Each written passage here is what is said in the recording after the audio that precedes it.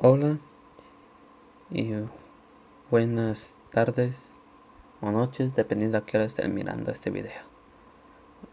Me presento, soy Orlando Flores Montes, del Instituto Tecnológico Superior de Atlixco. Voy en la carrera de Ingeniería Mecatrónica, tomando la materia de máquinas eléctricas. Hoy hablaré de los tipos de motores DC-DC. Son, por supuesto, accionados desde una fuente de potencia CD, a menos que se especifique lo contrario. Se supone que el voltaje de entrada de un motor DC-DC es constante, porque esto simplifica el análisis de los motores y la comparación entre diferentes tipos de ellos. Hay 5 grandes tipos de motores DC-DC de uso general. Ok, y si los mostraré al siguiente. Permítame. Son el motor DC-DC de excitación separada, el motor CD de derivación, motor CD de imán permanente, motor CD en serie y motor DC-DC compuesto. Son los que se tratarán a continuación. Comenzaremos con los motores DC-DC de excitación separada y en derivación. Bueno, comencemos. En la figura 8-5A se muestra el circuito equivalente de un motor DC-DC de excitación separada. Y en la figura 8-5B se ilustra el circuito equivalente de un motor DC-DC en la derivación o en derivación. Un motor DC-DC de excitación separada es aquel cuyo circuito de campo se alimenta de una fuente de potencia de voltaje constante, independiente, mientras que el motor DC-DC en derivación es aquel cuyo circuito de campo obtiene su potencia directamente a través de las terminales del inducido del motor.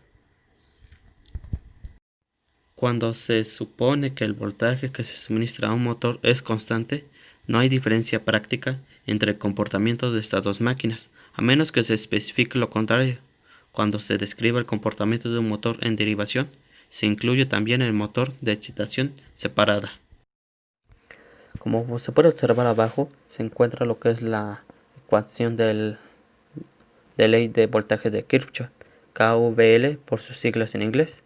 Del circuito inducido de estos motores es voltaje total va a ser igual a voltaje interno generado más la intensidad por la resistencia.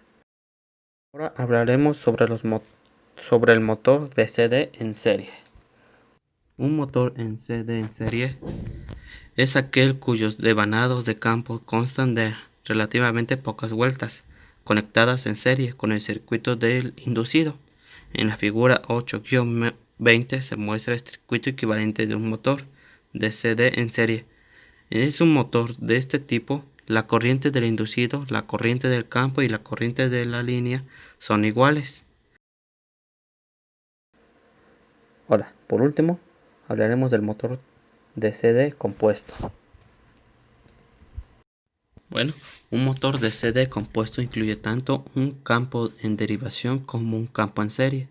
En la figura 8-20 que se muestra a continuación, se muestra un motor de este tipo. Los puntos que aparecen en las dos bobinas del campo tienen el mismo significado que los puntos en un transformador. La corriente que fluye hacia un punto produce una fuerza magnetomotriz positiva y la corriente fluye hacia los puntos en ambas bobinas de campo. Las fuerzas magnetomotrices resultantes se suman para producir una fuerza magnetomotriz total más grande. Esta situación se conoce como composición acumulativa. Si la corriente fluye hacia el punto en una bobina del campo y hacia afuera del punto en la otra bobina del campo, la fuerza magnetomotriz resultante se resta. En la figura 8-24, los puntos redondos corresponden a la composición acumulativa del motor y los cuadros a la composición diferencial. Y para terminar, vamos a decir condiciones de arranque para los motores de CD. ¿Cuáles son las condiciones? Para que un motor de CD funcione adecuadamente debe tener incorporado algún tipo de control y protección especial. Los propósitos de este equipo son proteger al motor contra daños debidos a cortocircuitos en el equipo, proteger al motor contra daños por sobrecargas prolongadas, proteger al motor contra daños por corrientes de arranque excesivas. Y por último, proporcionar una forma conveniente de controlar la velocidad de operación del motor, pérdida del campo en este caso.